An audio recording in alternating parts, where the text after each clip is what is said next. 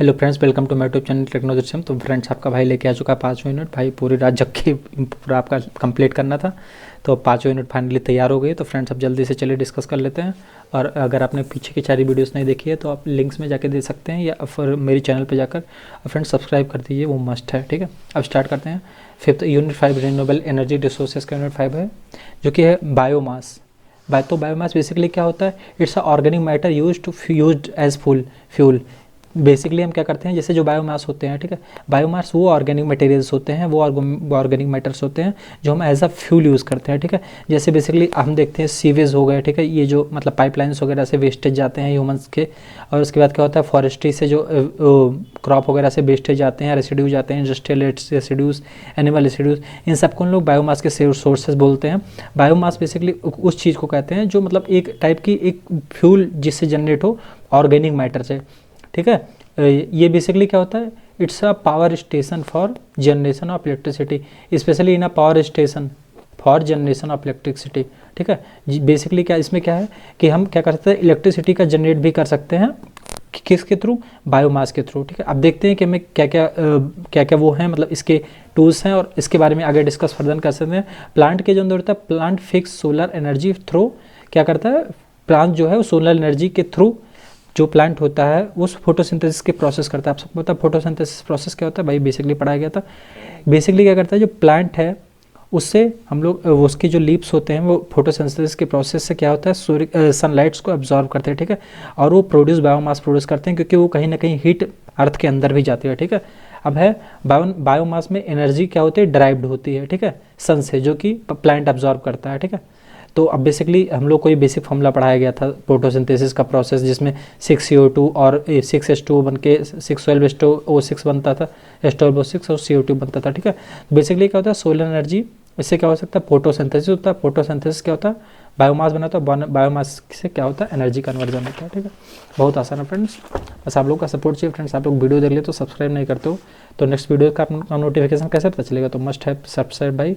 अब क्या करते हैं, बायोमास कन्वर्जन प्रोसेस। ठीक है, बायोमास कैसे कन्वर्जन होता है, इसके क्या क्या प्रोसेस है। ठीक है, तो बायोमास कन्वर्जन बेसिकली क्या है, various process to convert biomass को किसमें बदलना है, एनर्जी या फ्यूल में। ठीक है, तो एक तो डायरेक्ट कंबशन होता है, ठीक है, डायरेक्ट कंबशन। दूसरा क्या होता है, थर्मोकेमिकल कन्वर्जन। तीसरा क्या होता है, बायोकेमिकल कन्वर्जन।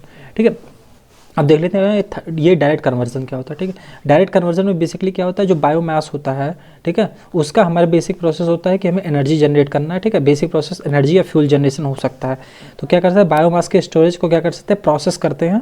ठीक है, बायोमास के स्टोरेज को हम लोग प्रोसेस करते हैं, और उससे हम क्या कर सकते हैं, इसको इसमें डालते हैं डैम में। ठीक है, उससे सॉरी, ये एक डैम मान सकते हैं, कंटेनर मान सकते हैं, इसमें डालते हैं। ठीक है, इसमें अंदर क्या होता है, जो हमारा फ्यूल होता है वो फ्यूल प्रोसेस में होता है और बर्न होता है। ठीक है, जिससे हमें क्या मिलता है, स्टीम मिलता है। ठीक है, और स्टीम क्या होता है, टरबाइन को रोटेट करता है, और ये जनरेटर के थ्रू इलेक्ट्रिसिटी प्रोवाइड करता है, और उसमें कंडेंस कर लेते हैं जो भी बचता है, और ये जो एस है वो बाहर निकल जाता है। ठीक है, और ऊपर क्या हो जाता है, एग्जॉस्ट हो जाता है फ्यूल, ठीक है, CH4 के फॉर्म में, और स्टीम यहाँ से जाके फर्दर निकल लेते हैं। ठीक है, अब क्या करते हैं, biomass can be burn to convert into electricity. इसको बायोमास को जलाया जाता है किसके लिए, कन्वर्ट इलेक्ट्रिसिटी के लिए। ठीक है, अब क्या आता है, थर्मोकेमिकल कन्वर्जन, नाम से पता चला थर्मोकेमिकल। ठीक है, तो क्या कर सकते हैं, ऑर्गेनिक जो मैटर्स होते हैं उनका डिकम्पोजिशन से क्या होता है, बायोमास प्रोडक्शन होता है। ठीक है, of biofuels including liquid gases and solid. तो बेसिकली इस लाइन का सिर्फ इतना सही मतलब है कि जो हमारा डिकम्पोजिशन ऑफ ऑर्गेनिक मैटर है, ठीक है, और decomposition of organic matter of biomass, जो बायोमास के ऑर्गेनिक मैटर है उनके डिकम्पोजिशन, उनको डिकम्पोज करते हैं किस चीज़ के लिए, production of biofuels including liquid gases and solid. ठीक है, आप समझ गए आप लोग ना। फिर थर्ड में क्या है, बायोकेमिकल कन्वर्जन। अब बायोकेमिकल कन्वर्जन क्या है, बायोकेमिकल कन्वर्जन। ठीक है, इसमें क्या होता है, नाम से थोड़ा आइडिया लग जाता होगा, फिर मैं एक्सप्लेन कर देता हूँ। बायोकेमिकल कन्वर्जन में क्या है, जैसे बायोमास है, ठीक है, इसको ब्रेक डाउन करने के लिए, देखिए फ्रेंड्स हिंदी में लिख दिया, इसलिए नोट्स रिकमेंडेड है भाई, ले लो, क्योंकि बहुत इजीली आपको सब समझ में आ जाएगा। ठीक है, क्या है, ब्रेक डाउन कहते हैं, बायोमास को ब्रेक डाउन करने के लिए हम क्या कर सकते हैं, एंजाइम ऑफ बैक्टीरिया और micro organism through the process of anaerobic digestion composition. ठीक है, बेसिकली इसमें हम लोग क्या कर सकते हैं, ये क्या करते हैं, बायोमास को ब्रेक डाउन करते हैं। ठीक है, किसके लिए, कि किसके प्रोसेस से, एंजाइम। ठीक है, बायोमास को ब्रेक डाउन करने के लिए एंजाइम ऑफ बैक्टीरिया। ठीक है, एंजाइम ऑफ बैक्टीरिया, इस चीज़ को ध्यान रखिएगा, बैक्टीरिया के एंजाइम को या माइक्रो ऑर्गेनिज्म को किस प्रोसेस से, एनारोबिक डाइजेशन प्रोसेस है, ठीक है। बेसिक प्रोसेस क्या है, बायोमास को ब्रेक डाउन करना, ठीक है, इस प्रोसेस के थ्रू। बेसिकली इसमें क्या होता है, बायोमास है, ठीक है, उसको क्या करेंगे, बायो रिफाइनरी में करेंगे, उससे क्या बनाएंगे, फ्यूल बनाएंगे, और फ्यूल से CO2 होगा, और ये फिर साइक्लिक प्रोसेस के थ्रू CO2 फिर बायोमास में चलता रहेगा, ठीक है। अब फ्रेंड्स वैसे सिलेबस में है नहीं ये बायोगैस प्लांट, ठीक है, क्योंकि मैंने देखा फिलहाल नहीं है, लेकिन आ सकता है भाई, तो इसलिए मैं छोड़ नहीं रहा हूँ। ये नहीं हो कि आपको आ जाए तो फिर प्रॉब्लम हो, ठीक है, तो मैं ऊपर ऊपर से ओवरव्यू दे दे रहा हूँ। तो बायोगैस प्लांट में बेसिकली क्या है, एक प्लांट बनाया जाता है, ठीक है, जिससे हमारा बेसिक क्या होता है कि हमें बायोगैस या फ्यूल आउटलेट चाहिए होता है फ्यूल के तौर पे। तो इसमें हम क्या कर सकते हैं, इसमें स्लरी डालते हैं। स्लरी क्या होता है, ह्यूमन का या एनिमल्स का, इन सबका वेस्टेज होता है, उसमें प्लस वाटर मिला देते हैं, ठीक है। मैं लिख देता हूँ, ह्यूमन के वेस्टेज से प्लस वाटर मिलाते हैं, ठीक है, उस वाटर उसको मिलाकर स्लरी बनाकर इसको इनलेट में डाल देते हैं, ठीक है। इससे क्या होता है, इसमें प्रोसेस होता है जिससे हमें क्या होता है, गैस आउटपुट में जाता है, ठीक है। और जो गैस, ये गैस होल्डर टैंक होता है, गैस को होल्ड करता है, ठीक है। और ये क्या होता है, जब आउट हो जाता है, जब जैसे ये लेयर हो जाएगी, फुल हो जाएगी, तो क्या हो जाएगा, ये आउटलेट चैम्बर में चला जाएगा, ठीक है। जैसे मान लिया ये इतना भर गया, ठीक है, मान लिया, तो ये क्या करेगा, बाहर चला जाएगा, ठीक है। और इसमें क्या है, ये बैलेंस कर रखने के लिए किया जाता है। इसका बेसिक प्रोसेस होता है गैस को बनाना, ठीक है। इसमें बेसिकली क्या होता है, इसमें क्या होता है, मेथेन बनती है, ठीक है। बायोगैस का कंपोजिशन में क्या होता है, मेथेन होता है 50 to 70%, नाइट्रोजन 2% होता है, ठीक है, और carbon dioxide 25 to 40%, hydrogen sulphide 0 से 3% होता है, हाइड्रोजन 0 से 2%, और ऑक्सीजन 0 से 2%। ये बेसिकली ऐसे मैंने लिख दिया है, आप इसको अच्छे समझ के लिख भी सकते हैं वैसे। और बेसिकली इसमें 3 टाइप्स के कुछ काम किए गए हैं। जैसे एक हो जाता है क्विक, ठीक है, एक हो जाता है जनता बायोगैस प्लांट, और एक हो जाता है दीन बंधु बायोगैस, ठीक है। ये बेसिकली 3 प्लांट्स हैं, हम इसको कह सकते हैं। क्विक में क्या होता है, खादी विलेज इंडस्ट्रियल कमीशन, ठीक है। इसमें बेसिकली क्या होता है, इसमें भी हम तीनों में देखिए प्रोसेस सब वही है, सिर्फ थोड़ी थोड़ी चेंजेस हैं, इसलिए आप ओवरव्यू बस वैसे ले लीजिए, ठीक है। इसमें क्या कर सकते हैं, पार्टीशन वॉल बनाकर वही मिक्सिंग पिट डालते हैं, और इससे आउटपुट पिट लेते हैं, और गैस आउटलेट से बाहर निकलता है गैस होल्डर के थ्रू, ठीक है। और जनता बायोगैस प्लांट में इसमें बेसिकली क्या होता है, इसमें मिक्सिंग टैंक होता है, जो क्या करता है, इसमें रोटेशन का काम होता है, ठीक है। ये क्या होता है, रोटेट होता है, और यहाँ से बायोगैस निकलता है, ठीक है, आउटलेट से, ठीक है। ये स्पेंट सरी हो गया, और ये क्या होता है, आउटलेट चैम्बर, ठीक है। तो मैं ओवरव्यू बस ऐसे ही दे रहा हूँ ताकि आपको समझ में आए। फिर आता है दीनबंधु बायोगैस प्लांट, ये भी सब सेम है, बस थोड़ा थोड़ा सब में डिफरेंस है इसमें, ठीक है।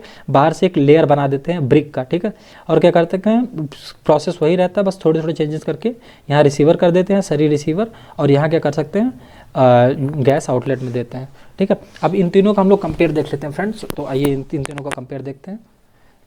इन तीनों में कंपेयर क्या होता है, ठीक है, इसी से आपको पता चल जाएगा इन तीनों के प्रोसेस क्या होते हैं, ठीक है। क्विक में क्या होता है, क्विक में क्या होता है, इंटरनल कॉस्ट इज मोर, जो कि इसका दाम ज़्यादा लगता है, ठीक है। क्यों, क्योंकि steel gas holder need to be wrapped due to the corrosion effect, ठीक है। इसको क्या करता है, रैप करना पड़ता है, ठीक है, जिससे कि कोरोजन से बचा जा सके, ठीक है। और क्या होता है, इसका कॉस्ट कम होता है, और ये क्योंकि इसमें नो स्टील गैस, इसमें क्या होता है, no steel gas holder received, ठीक है, स्टील गैस होल्डर रिसीव इसमें नहीं होता है, ठीक है। इसका कॉस्ट कम होता है, ठीक है। इसमें स्टील गैस होल्डर रिसीवर होता है, नॉट रिसीव, ठीक है, इसमें भी नहीं होता है। ये देख लेते हैं। ये बेसिकली मैं वैसे ओवरव्यू दे रहा हूँ, वैसे मुझे नहीं लगता आना चाहिए, बट आ गया तो छोड़ना मत भाई, लिख देना, ठीक है।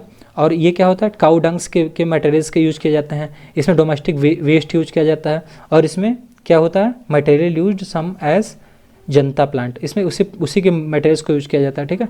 ये क्या होता है, कॉस्ट लैंड है, इससे इसकी कॉस्ट कम होती है, ठीक है। इसका मेंटेनेंस कॉस्ट हाई होता है भाई, ऑब्वियस सी बात है। इसके ऊपर सिल्वर वो किया जाता है ना, स्टील का वो गैस होल्डर ज़रूरत पड़ती है, क्यों, क्योंकि कोरोजन के बचाने के लिए इसका कॉस्ट हाई होता है, ठीक है।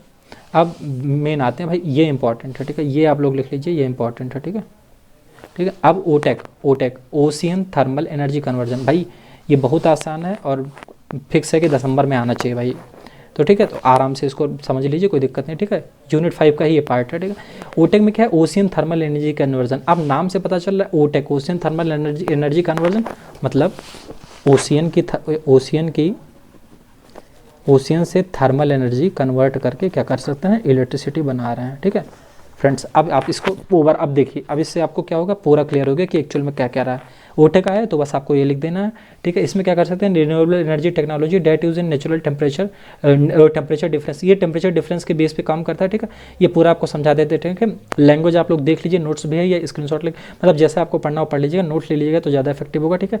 ये बेसिकली एनर्जी सोर्स को होता है ओटेक, और मैं आपको समझा देता हूँ ओटेक क्या, आप समझ जाएंगे। देखिए मैं आपको इसी में समझा देता हूँ, बगल में देखिए, ये फिगर भी आपके पास, और इसलिए मैंने दो पार्टीशन कर लिया ताकि आपको समझने में कोई दिक्कत ना हो। ये देखिए, जैसे मान लिया यहाँ ये सी का लेवल है, ठीक है, यहाँ पे सी का लेवल दिखाया गया, मैं आपको इसी में दिखा देता हूँ ताकि आपको कन्फ्यूजन ना हो, ठीक है। देखिए ये सी का लेवल है, ठीक है, जो सी का अबव लेवल है और जो सी का डाउन लेवल है। भाई जाहिर सी बात है, जब सनलाइट इधर पड़ेगी तो इसका टेम्परेचर ज़्यादा होगा और अबव लेयर है, और जो नीचे का टेम्परेचर है वो कम होगा, ठीक है। तो इसी के जो टेम्परेचर डिफरेंस है उसी के थ्रू हम लोग क्या कर सकते हैं, उसी के थ्रू हम लोग इलेक्ट्रिसिटी जनरेट कर सकते हैं। कैसे, वो बताते हैं, ठीक है। नीचे का टेम्परेचर हो गया, मान लिया हम लोग एक अपर सी के अपर लेयर पे हैं, ठीक है, यहाँ पे हैं हम लोग, नीचे वाली लेयर पे गए तो टेम्परेचर का डिफरेंस कितना आया, टेम्परेचर का डिफरेंस लगभग मान लीजिए 20 डिग्री 25 डिग्री आया, मान लीजिए इन केस, ऐसे मैं बता रहा हूँ आपको, ठीक है। 2 किलोमीटर अंदर जाने पे ये डीप वाटर हो गया, सरफेस वाटर। तो इससे क्या हुआ, इन दोनों के बीच में थर्मल क्या हुआ, वो हुआ डिफरेंस आया, ठीक है। तो इसको हम क्या करते हैं, इसके थ्रू हम क्या कर सकते हैं, इसी डिफरेंस से वाटर के वेपराइज्ड फॉर्म को क्या कर सकते हैं, इवेपोरेटर के थ्रू वाटर के वेपर को हम क्या ले जाते हैं टरबाइन में। और कौन सा टरबाइन होता है, वेपर वाला टरबाइन होता है, ठीक है, वेपर टरबाइन आप इसको बोल सकते हैं। ये क्या करेगा, रोटेट करेगा, ठीक है। यहाँ से हमें वो क्या आया, स्टीम आया, इसको हमने रोटेट कराया क्योंकि टेम्परेचर डिफरेंस ज़्यादा था। अब क्या हुआ, ये इसने जनरेटर को रोटेट करके इलेक्ट्रिसिटी दे दी, ठीक है, और ये ग्रिड के थ्रू सप्लाई हो गई। अब जैसे जो टरबाइन से हमने स्टीम आया वो स्टीम कंडेंस होगा ना भाई, तो कंडेंस होने के बाद क्या होगा, वेस्ट वाटर इसमें आ जाएगा, ठीक है। फ्रेंड्स साहब मुझे लग रहा है ज़्यादा समझ में आ रहा है क्योंकि स्केच पेन का यूज भी हो रहा है इसमें, ठीक है। अब इसको आप अच्छे समझ जाएंगे, ठीक है। वेस्ट वाटर क्या है भाई, मैं इसके फोकस कर रहा हूँ भाई 10 नंबर को, तो छोड़ना मत, बिल्कुल बहुत आसान है, ठीक है। कहानी लिखनी है, बनाइए देना है, ठीक है। अब क्या होगा, वेस्ट वाटर आया, अब इसको क्या हो गया, इसमें हम क्या करेंगे, सर्कुलर पंप, ये इसके थ्रू सर्कुलेट होकर फिर पानी क्या होता है उसी में चला जाता है, कंडेंस हो जाता है, ठीक है। अब इसके भी 2 टाइप होते हैं, ठीक है, एक ओपन होता है, एक क्लोज होता है, ठीक है। अब ओपन का हो ocean thermal energy conversion, open cycle और क्लोज साइकिल, ठीक है। अब बेसिकली पहले देख लेते हैं क्लोज साइकिल क्या होता है। Close cycle ocean thermal energy conversion जो कहती है, ये साइक्लिक प्रोसेस होती है। जैसे हमने इसमें देखा है क्या, वो जो वाटर का वेस्टेज होता है वो फिर फर्दर उसी में कंडेंसर पंप में के थ्रू अंदर चला जाता है, ठीक है। अब इसको हम देखते हैं कि ओपन साइकिल क्लोज साइकिल क्या है, ठीक है। क्लोज साइकिल में बेसिकली नाम से पता चल रहा है कि साइक्लिक प्रोसेस है, ठीक है। इसमें आपको लिख देना साइक्लिक प्रोसेस। इसमें क्या करते हैं हम लोग, अमोनिया का यूज करते हैं, ठीक है। अमोनिया मेन चीज़ है। अमोनिया की प्रॉपर्टी क्या होता है, लो टेम्परेचर, रूम टेम्परेचर भी क्या होता है, रूम टेम्परेचर में भी इसका जो वो होता है, मतलब सॉरी, इसकी जो कूलिंग कैपेसिटी होती है वो ज़्यादा होती है, लो टेम्परेचर भी काफ़ी ठंडा होता है, ठीक है। इसी का यूज़ करके हम क्या कर सकते हैं, इसको हम साइक्लिक प्रोसेस के थ्रू कर सकते हैं। देखिए, वार्म स्वी water taken in front of solar in form of surface of the ocean and cold water from the deep, ठीक है। बेसिकली इसमें हम क्या करते हैं, मैं आपको वैसे समझा देता हूँ, ठीक है। क्लोज साइकिल और ओपन साइकिल, ठीक है। डेफिनेशन आप लोग अपने हिसाब से लिख लीजिएगा, मैं समझा देता हूँ आपको डायग्राम के थ्रू आप डेफिनेशन आराम से समझ जाएंगे। देखिए, क्लोज साइकिल में बेसिकली क्या होता है, साइक्लिक प्रोसेस, ठीक है। यहाँ से आए इवेपोरेटर, सबके उम्र के प्रोसेस हुआ, क्लोज कंडेंस। इसमें कंडेंस को करने के बाद वाटर को हमने क्या कर लिया, कूल कर लिया, ठीक है, कूल कर लिया। वाटर कूल करने के बाद हम क्या किए, नीचे कर दिए, ठीक है। वाटर कूल करने के बाद हम उसको फिर टेम्परेचर डिफरेंस के थ्रू, जैसे ऊपर के लेवल का पानी, भाई ऊपर का लेवल जो है, ऊपर का लेवल ये देखिए, जो एबव लेवल था, ये नीचे का लेवल था, ये सी का एबव लेवल है, ठीक है, और ये डाउन लेवल है, ठीक है। डिफरेंस इसमें था, ठीक है, मान लिया 25 डिग्री। जब यहाँ से हम टरबाइन रोटेट किए इसी डिफरेंस से, तो ये पानी कुछ टाइम बाद मान लिया 20 डिग्री पे आ गया, लेकिन अभी भी डिफरेंस तो क्या करेंगे, हम इसको अमोनिया मिला देंगे, जिससे इसका टेम्परेचर बहुत कम हो जाएगा, 5 डिग्री से 10 डिग्री हो जाएगा। और इसके थ्रू क्या करेंगे, फिर टेम्परेचर डिफरेंस हमारा बन गया, फिर प्रोसेस कर लेंगे, आप समझ गए ना, बस सेम वही चीज़ है, ठीक है। ये होता है क्लोज साइकिल में अमोनिया का यूज़ करके। अब ओपन साइकिल देख लेते हैं, ठीक है। अब फ्रेंड्स ओपन साइकिल में बेसिकली क्या करेंगे, काम वही रहेगा, बस इसमें जो है जो कोल्ड है वाटर वो आउटलेट कर लेंगे, और इसमें ये है, देखिए ये डिस्टिल्ड वाटर, ठीक है, इसको क्या करेंगे, बाहर कर लेंगे और कोल्ड वाटर इंटेक में कर लेंगे, ठीक है। अब देखते हैं, देखिए इसमें भी सेम प्रोसेस है, इवेपोरेटर आया, वर्क आया, इंटेक हुआ, सब कुछ हुआ, बस इसमें क्या करेंगे, हम वाटर को जो है बाहर निकाल देंगे कंडेंसर के थ्रू, ठीक है। बस इतना सा आसान है फ्रेंड्स।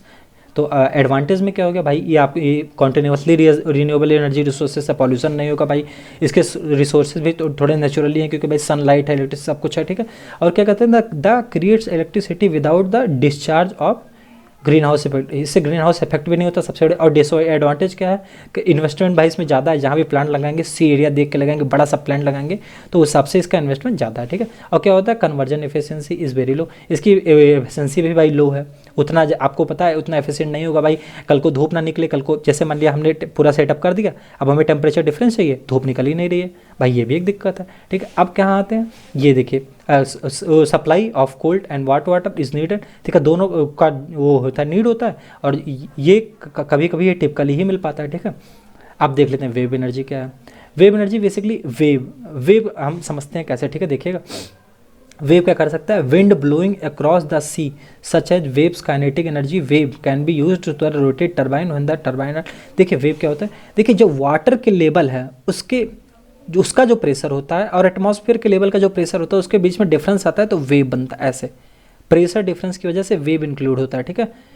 गर्म वाटर आएगा, प्रेशर डिफरेंस होगा, जैसे जैसे देखिए सनलाइट आई तो इससे क्या हुआ, इससे जो सन का लाइट है इसके थ्रू जो प्रेशर पड़ा उससे जो एयर था उसका रिप्लेसमेंट हुआ और क्या हुआ, हॉट वाटर के थ्रू और कोल्ड मतलब हॉट वाटर नहीं, hot energy, hot electricity, heat के थ्रू, सन से निकली हुई हीट के थ्रू जब वाटर जो उसका लेवल होता है एयर का वाटर पे, वो जब गर्म होगा तो वाटर थोड़ा ऊपर नीचे होगा, तो इसी के थ्रू जब प्रेशर का डिफरेंस होता है तो वेव एनर्जी जनरेट होती है, ठीक है। ये बेसिकली क्या कर सकते हैं, और वही जो वेव है वो क्या कर सकते हैं, this kinetic energy of wave, ठीक है, जो हवा के चलने से वाइंड ब्लोइंग अक्रॉस द सी, जो समुद्र के चारों तरफ हवा चलती है वही जो प्रेशर का डिफरेंस होता है उसके थ्रू काइनेटिक एनर्जी जनरेट होती है वेव की, और जो टरबाइन को रोटेट करती है जिससे टरबाइन रोटेट होगा। भाई हवा चल रही है टरबाइन रोटेट, बहुत आसान है, इसमें कोई दिक्कत नहीं, ठीक है। लिमिटेशन क्या, wave energy can be used only when strong winds are, भाई सही बात है, जब तेज हवा चलेगी तभी हम इसका यूज कर सकते हैं सीधा। अब टाइडल एनर्जी क्या है, ठीक है। अब हम लोग टाइडल एनर्जी हम बेसिकली हम लोग सुबह जब बचपन में छोटे थे तो हम लोग ये सब पढ़ाया जाता था कि अर्थ और चंद्रमा से बीच की दूरी और उसमें ग्रेविटेशनल फोर्स लगता है, तो बेसिकली जानते हैं क्या करता है, जैसे मान लिया मैं आपको समझा देता हूँ टाइडल एनर्जी में बेसिकली होता क्या, ठीक है। टाइडल एनर्जी ये देखिए साइड में कर दीजिए, आप यहाँ से यहाँ तक का व्यू लेते जाइए और मैं यहाँ से यहाँ तक का व्यू आपको समझा देता हूँ इसमें, ठीक है। टाइडल एनर्जी देखिए जो सन जो मून है, ठीक है, ये मून है, मून अट्रैक्ट करता है अर्थ को, ठीक है। अब अर्थ को अट्रैक्ट करेगा, इसका ग्रेविटेशनल फोर्स है मून का, मतलब अट्रैक्शन कह लीजिए, अर्थ का भी अट्रैक्शन फोर्स है। लेकिन देखिए अर्थ की सरफेस को तो अट्रैक्ट नहीं कर पाएगा, ऑब्वियस सी बात है। लेकिन क्या होगा कि ये जो सी का सरफेस है उस पर भाई अर्थ के सरफेस से ग्रेविटी थोड़ी कम लगेगी तो ये खींचने की कोशिश करेगा, तो कई बार क्या होता है पानी में टाइडल हो जाता है, ठीक है। During the day level of sea water change due to the gravitational force of the moon अंदर, वही सब भाषा लिखे हो भाई साहब, आप लोग देख लेना, मेरा काम है आपको बहुत ईजी वे में समझाना, आपको लगे ही ना कि आप लोग क्या पढ़ रहे हैं, आपको लगे सब आप कर ले जाएंगे, ठीक है, ठीक है। आप क्या करते हैं इससे के थ्रू क्या हुआ भाई, अब जब यहाँ डिफरेंस आ गया, अब उसने वो ग्रेविटेशनल फोर्स लगाई, दोनों का हल हो गया, ठीक है। इससे क्या हो गया, ग्रेविटी बढ़ी, तो a turbine is fixed in the open of the ये ओपन ऑफ डैम, ठीक है, open of dam turbine is connected to the generator which is produce electricity. इसमें भी क्या होगा, जनरेटर से थ्रू वो करके इलेक्ट्रिसिटी प्रोड्यूस कर लिया, ठीक है। यही वो बता रहे हैं अर्थ ग्रेविटेशनल फोर्स, ठीक है।